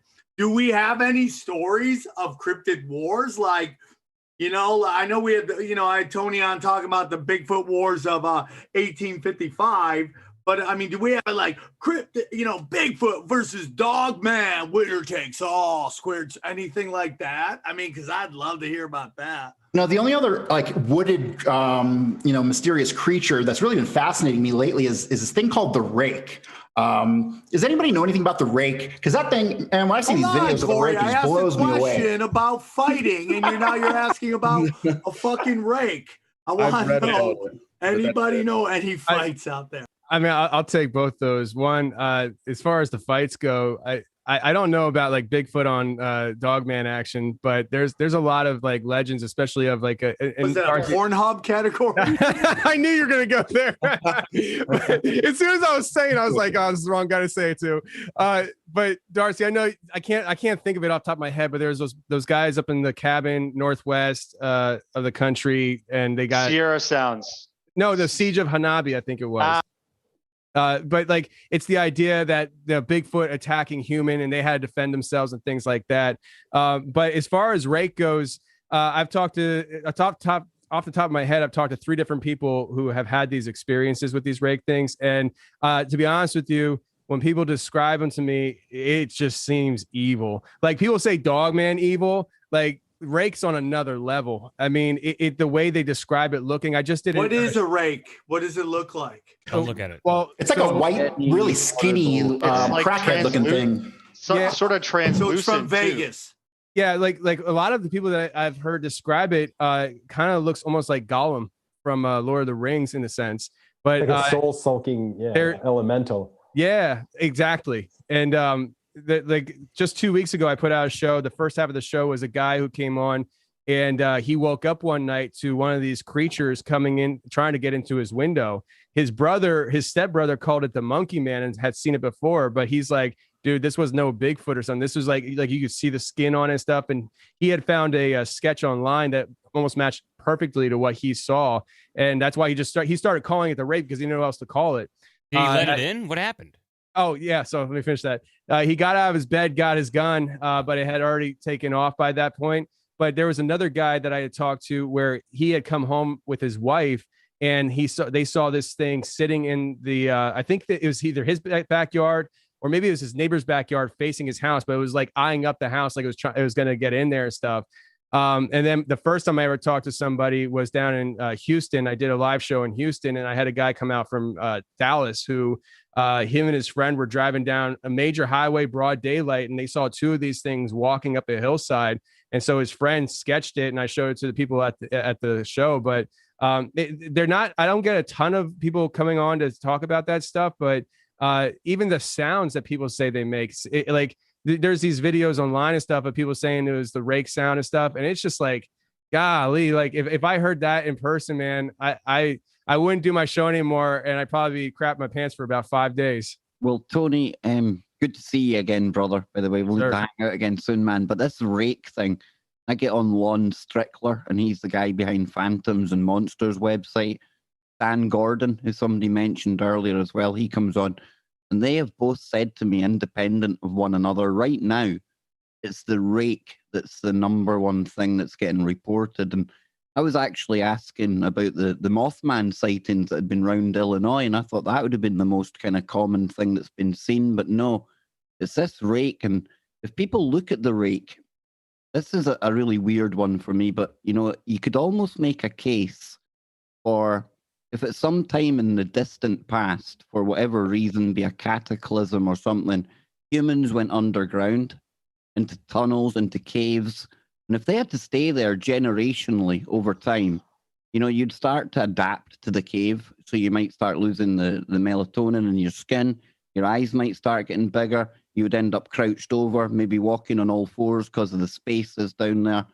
I don't know whether it's paranormal or what we're looking at here, guys. I could make a case for a lot of things, but the plethora of people seeing this thing right now, it's kind of anomalous into itself, Well, as the elite goes down into their underground bunkers and their underground cabins, they're forcing all these people out. They're displacing the rake population. The fascinating thing about the rake for me was like, where does it fit in the human evolution? Because it seems as a humanoid, it would have to fit in somewhere, and it just seems a big puzzle to me. Corey, I think you looking at it as a humanoid at all from our lineage would be just probably the wrong starting point in my book. I don't know. I would disagree from a Native American perspective, because much like in Skinwalker lore, they covered themselves with white powders to assimilate almost that creature in a way. And I don't know. I think were they trying? It's a broad question, but when Barker was mentioning that, I just kind of drew that correlation that in many of the rituals they would cover themselves in white powder when trying to interact with or draw these darker entities that are like a rake or a Wendigo or things of that nature, a skinwalker, or any kind of shape-shifting animal. I was trying to find some old video footage that I'd seen a long time ago, but I couldn't find it. Maybe you guys will figure it out for me. But everybody's heard of Skinwalker Ranch, and on Skinwalker Ranch, the NIDS team and the many different owners of that estate said they'd seen all kinds of crazy stuff. Like the NIDS team said they actually had a night that they were recording some kind of portal that opened up in the middle of the ranch ground, and then what looked like a Sasquatch climbing out of it and then running off into the forest. Well, they said specifically it was a very large, dark creature that ran fast. Yeah. I mean, I say Sasquatch, but exactly. So you got Sasquatch bias, my friend. I do, my friend. But like you hear about that, and then you guys are talking about the rake, and there was another ranch. I can't find it, and I've been looking at this stuff since I was a kid. Still am a kid in a lot of ways, but I was checking out. Have you guys ever heard of the Bradshaw farm or the Bradshaw Ranch? Yeah, in Sedona. Yeah, absolutely. I've been there many times. Really? Okay, so there was a video, like the Bradshaws, their story is really interesting too, because the Skinwalker Ranch has, for a while it was kind of a no-go. Then Robert Bigelow bought the ranch, and now it's there's a TV show being filmed on it, and they saw a cow die or something, and Eureka, we've got proof of something happening. But the Bradshaw Ranch is one of these places or the Bradshaw Farm, however you guys try and find it. I couldn't find the video, but there's stories about this ranch in Sedona, and this family was living on it for a time, and they reported all kinds of paranormal and anomalous, really strange stuff with entities like rakes appearing and disappearing and freaking them out. And apparently now, I don't know if it's true, but no one can go to this property. Like the American government has cordoned it off and said, you can't trespass here anymore. It's illegal. And these videos surfaced online back in the 90s of what looked like, the son, one of the youngest Bradshaws, had a mini DV camcorder and was recording, looking around him at one point in the forest line somewhere on the property. And he stopped for a second and then started zooming in on this sort of bush. And you can see this like translucent like head kind of peer around the bush, and it has this like big almond shaped eyes, and then it looks at them and then kind of, you know, hides its head and then pokes its head back out. And that was like a really creepy video I saw of a you know, I would even consider that kind of a rake, but and like video proof of something like that. But the more interesting story is that that family just got ushered off of the property, and you can't go there anymore. And there's things like this video that surfaced from people's experiences there. The thing about the Skinwalker Ranch, you never actually get to see videos that the NIDS team recorded or any of the information during Robert Bigelow's time owning it. True. I have, I'm sorry, go ahead. Oh, I was just going to say, if you want to get, any of you want to get more information, Tom Dongo is the guy to talk to. He's the resident expert there when it comes to the Bradshaw Ranch. And I've gone many times. It's legit, like whatever is going on. And yeah, they ushered in due to tax purposes. They ushered in, it was donated because of that to Arizona State University, and they're currently doing cottonwood growth studies. So they have these little cottonwood trees that are growing with all this camera equipment. So that's amazing. There's also another ranch, and there's another ranch in Phoenix called Stardust Ranch, where a guy who owned it, he killed 3 gray aliens with a samurai sword. Yeah, that's John Edmonds. When I hear stories about Skinwalker Ranch in particular, a lot of people who go there, they have like hallucinations. They see mist turn into wolves and weird stuff like that. And the first thing that comes to my mind after having extensively studied MK Ultra and the CIA is that they learned in the 1950s how to aerosolize LSD and other hallucinogens. So one of my theories was that it was when these people are seeing hallucinations as they come onto these different properties, that was a possibility to explain what they were seeing. Any thoughts on that? Yeah, I would argue, just to go along those same CIA documents and declassification routes, that magic has also perfectly been declassified as a CIA document. And, you know, therefore it leaves the dark arts. So yeah, you could technically run tons of like, you know, LSD, which this sounds like a great project, but you know, through the ground to different areas on a multi-thousand-acre plateau and ridgeline. But I think that the dark arts could also possibly explain part of it. But I'm not arguing with the MK Ultra man, because I'm with you. And you know, that MK to skull new technology is off the chain. One thing about MK Ultra that a lot of people don't really see is that while the mind control was like the cover, really, MK Ultra was kind of a front for all the biological weapon stuff that they're still working on to this very day. So, but yeah, they cropped us at a town in the Midwest. There's very little information on that because the people killed each other. And George White himself released an aerosol container of LSD in the subway system in New York in the 1950s. So I don't put it beyond them to do things like that. I don't know about anyone else, but I've never allegedly in my acid experience ever seen anything like a dogman or any kind of cryptid. I've never seen anything crazy like that, and I've done allegedly again a pretty high dose, and I never saw anything that wasn't there. I saw weird shit moving, but I've never seen a cryptid on LSD. So I feel like LSD is the perfect scapegoat, if you will, for the authorities to say somebody didn't have a credible experience with their own right mind. You know, you could say, well, I mean, for example, folks that started reporting UFOs back in the 1940s and 50s, their original nickname by mass media was crackpots. They basically accused them of being these, you know, rednecks that possibly were a little too deep into their own moonshine and made them hallucinate. So I would be scared to associate, you know, cryptid type sightings or UFO sightings with LSD, vapor LSD sprays by, I don't know, MK Ultramen. I have no idea where it goes, but I don't know. I don't think so.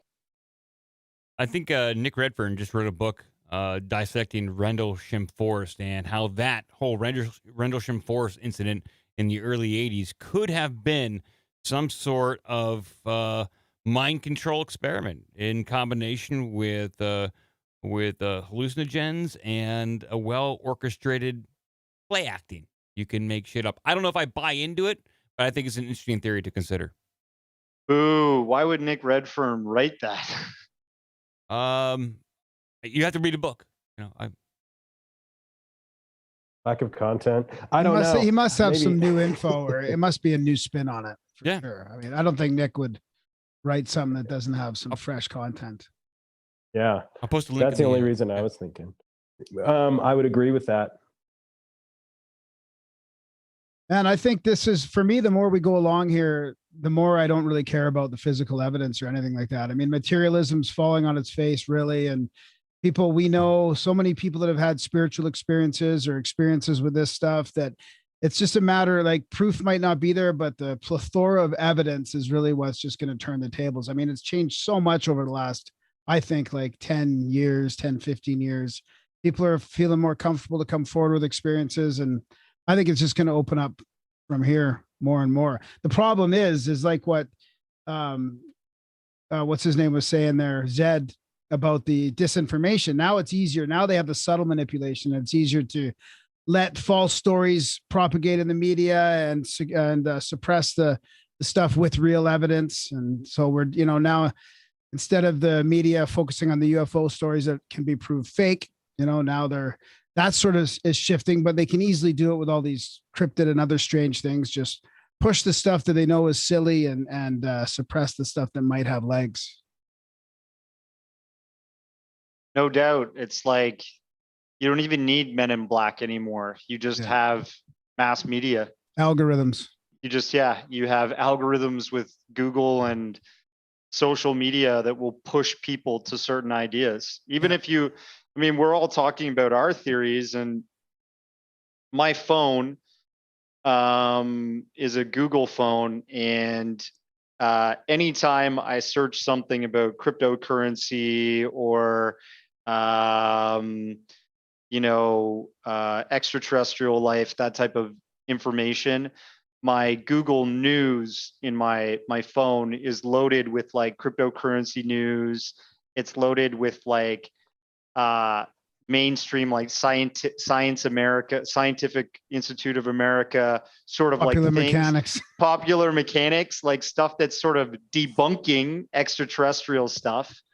Cryptocurrency, I guess, is accepted, so it's like adding stuff like that. But I've been talking about all kinds, like Sasquatch never pops up in that. I don't know why. And I'm like, it makes me think that there's certain algorithms that are being fed into that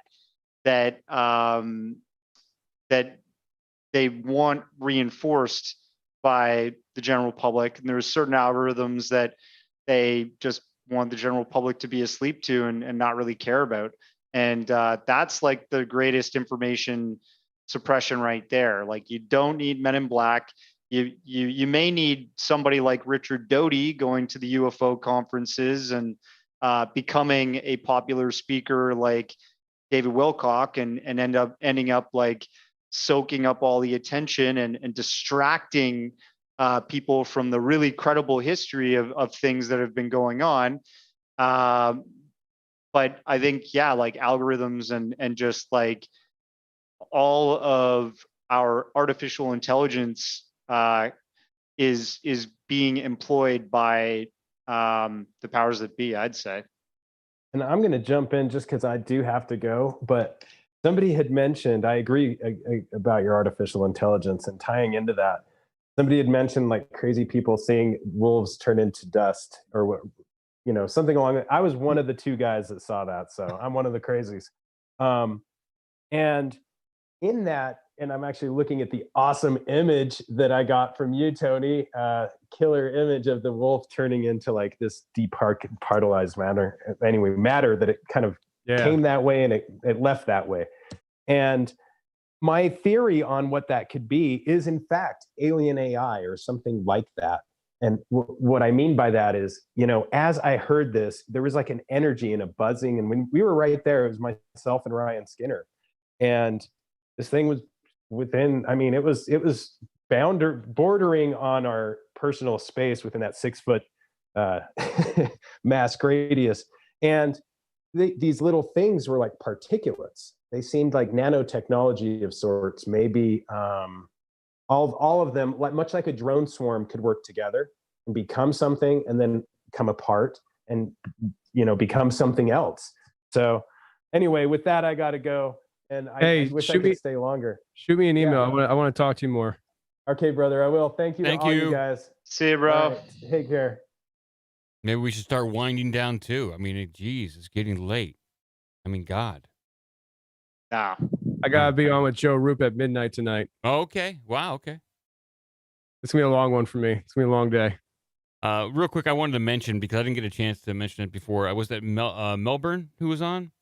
You asked him about Missing 411 and David Paulides. I saw David Paulides talk in Phoenix in 2020 in January, and MUFON hosted him to come talk. And the first part of his talk, he did an hour and a half talking about Bigfoot, and then the second part was the second hour and a half was all about Missing 411. And he said, "Do not jump to any conclusions that either one of those talks have anyone to do with one another." But I have all the audio. He ran down quite a few interesting tidbits about Bigfoot and his finding, DNA testing, and what he believes Bigfoot to be. And then, an hour later, he was talking about Missing 411, all under the MUFON umbrella. So I think David Paulides' conclusions and thoughts on Bigfoot are quite interesting. And it's kind of unfortunate that the infighting that I talked about within the Bigfoot community is pretty real, I guess. Mike, I would say that one of the most interesting theories that I heard along the lines of Missing 401 came from you with the idea of the simulation. My mind popped when you said that about going out so far into the woods, and instead of, making up a whole landscape for this one character, they just removed the character from the simulation. Like, I was just like, holy crap. Never thought about that one. You're looking like you don't remember saying that, but I know I heard it from you. No, I read it on the show, and I forget who came up with it. I have it sourced. I just read it on the show. Someone came up with it and then wound up deleting their post. It no longer exists on Reddit. I have it saved. Oh, man. But yeah, it has to come down to with processing power. Is the simulation going to waste all that processing power into rendering the beautiful forest just for your eyes? No, it's easier just to throw you into a rock. Yeah. I think that story I talked about earlier with that couple that lost their kid and there was an FBI agent, all that stuff. That was I literally listened to a podcast. I think it was Coast to Coast Radio that David Paulides was on, and he talked about that. Oh yeah, those events happened. Yeah. So and he alluded in that show to it being this kind of Bigfoot snatching incident where the Green Beret. So I'm surprised that he would, write 2 books about Bigfoot. I have one of them. I have the Hoopa Project. Yeah. And then he writes Missing 411, and then he won't allow us to connect the two. Well, we can't. He just doesn't like it. Yeah. Well, why? I don't know. That's such a contradictory. But if you read the backs of his books, he does drop hints, but they're all different. At the backs of books, he'll leave little stories that you can correlate to an earlier story in Missing 411, like people being chased up a tree, and then he references a guy in 1960 being chased up a tree by 2 robot aliens and 3 humanoids. He directly references that story in a Missing 411 book, and so we're left to make these jumps and conclusions about what is going on. I've heard about that story. Yeah. So that he doesn't come off as his own belief that's what it is. He kind of throws it out there it could be this, but that's for you to decide. I'm not going to say it. It's fun. It's a fun topic. Do you think there's a capitalistic mindset to that? I mean, just the idea that knowing that the kind of stories he has would appeal to certain audiences. So instead of courting himself into one market or something, he kind of just lets it open for anybody who. It's the smartest move, probably. It goes to crime and mystery. It goes to paranormal, UFOs. It goes everywhere. Government conspiracy. Yeah, my friend Thomas Steenberg, he thinks that David Paulides backed. I can't remember who the researcher is, but I'll look it up. This guy who created this theory that John Green and the guys that originally made the Patterson-Gimlin film and did that whole research study actually found a family of Sasquatch and slaughtered them. Has anybody heard of this? No. Yeah. Well, yeah. Do you know who I'm talking about here? I can't remember who it is, Tony, but like that did the slaughtering. Yeah. Well, I mean, maybe there's more. Maybe there's who created that story, because like apparently David Peliti's got behind the guy who created that story about John Green and them slaughtering Patty and her whole family after that video was recorded. Yeah, and he's that guy that does all the video stuff. Is it MK Davis? MK Davis. That's who MK Davis. So apparently Peliti's got behind MK Davis, and MK Davis like took videos of the Patterson-Gimlin film and took stills and changed the sepia tone and saturation to look like there was blood in the like you know, the sandbar and stuff there, but obviously like it's just, you know, doctored imagery. Right. And years later, David Peliti has never gone back on that, but some people have never sort of forgiven him for acknowledging MK Davis's story, because first of all, John Green, I've interviewed him. He's passed away now, but he was just like the most chill dude. He would never, I don't think he even was a hunter. He ran a newspaper in northern British Columbia, and that's how he got into the Bigfoot Sasquatch topic. So I don't think he was slaughtering Patty, but you might be thinking about two different. Like the one I'm thinking about is recently it made a rounds, and I thought it was MK Davis. Maybe I'm wrong, but no, you're right. You're right. Well, they were talking like there was a big issue where Bob Gimlin, people were saying that he was part of the whole slaughtering of these. Yeah. Okay. All right. Yeah, that was it. And apparently, like when it originally came up, David Peliti had backed that theory, and that pissed off Dr. Meldrum, because Dr. Meldrum was friends with like John Green and all these folks like Bob Gimlin and such. He stopped acknowledging the story and has gone on to become very successful with Missing 411 and all the other stuff he's done. But it'd be interesting if he ever like that whole account kind of bothers me, because it seems to stink of fear mongering to sell something, you know, because fear is a great motivation or motivational tool to spread a story. And if you're saying like Patty was slaughtered after that 8mm film was made, then it makes the story bigger than it already is, you know? Yeah, there's a lot of personal pettiness that goes on behind the scenes with the Bigfoot community, especially the higher up you go in with those guys. And you know, I remember when that was happening. I think it was happening because I was with Bob in Houston, and I'm pretty sure it was happening around that time. And like I'm just like sitting here with the guy who's, you know, well into his 80s, you know, and he's dealing with the whole world messaging him saying, "You killed Patty, you killed the babies." And it's just like, come on, guys. Like seriously, it's this idea, and this is what frustrates me, is that it's this idea that we constantly want more. So if we can't find a new story or something, we're going to recreate a narrative on an old story, and that's what they do, and it drives me insane. And especially to see an old man like Bob, I mean, just let him be in peace. I mean, let him go. Well, guys, I think we're going to have to cut it there and wind it down. Do you guys want to promote your website there? Corey, you want to, what website can people find you at? CoreyHughes.org. That has all my original research. As far as my broadcasts, they're kind of scattered on the Forbidden Knowledge News channel. One thing I do want to talk about is that April 2nd, 3rd, and 4th, we are doing the very first exclusive Rockfin convention. Over those 3 days, we'll be doing 12 hours live streaming per day, 12 speakers, and it'll be a Rockfin exclusive for the premium subscribers. So definitely, Rockfin's excited about it. We're excited about it. It's going to be a good time. Tony. Yeah, host of the Confessionals podcast. I interview people who email me about their paranormal experiences. We talk about, anything from, hauntings to Bigfoot to abductions to everything in between. If it's outside the norm, we'll talk about it and we'll have them share it on the show.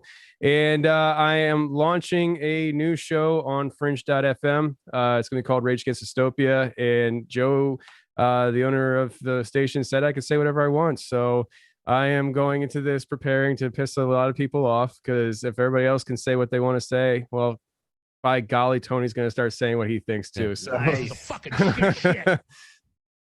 And Darcy. Yeah, people can just check out my website. I've got my trailers for my films there, posters. If you want to watch the film, just click on the poster and it'll take you through to a streaming service you can watch it on. It's www.occultjourneys.com. And Darcy, we're on Facebook, Instagram. If you want to connect about anything, let me know. Well, cool. Let me just say real quick, Darcy, I watched your movie. It was the first film that I watched that got me interested in the subject. And I've, for the last month, tried to absorb every other film, YouTube video, documentary on the subject. So thank you for that. Oh, on Bigfoot? Which one? Isn't yours the unwanted Bigfoot or unwanted Bigfoot? Unwanted Sasquatch. Yes. Yeah, yes, cool. All right. Sorry. Yeah, that's the first one I Nice. watched like a month ago. It turned the light on for me for sure. All right, sick. Thanks, man. Appreciate your and feedback. for everyone else who's listening, look for the description. We'll update it with all the links for everyone who appeared on here. So that'll be updated tomorrow morning. So thanks, everyone. Ricky, Charlie, thank you. Thank you, Mike, for running the show. Yeah, thanks for joining Been us. good. Thanks. Good night, guys. See you guys. Bye.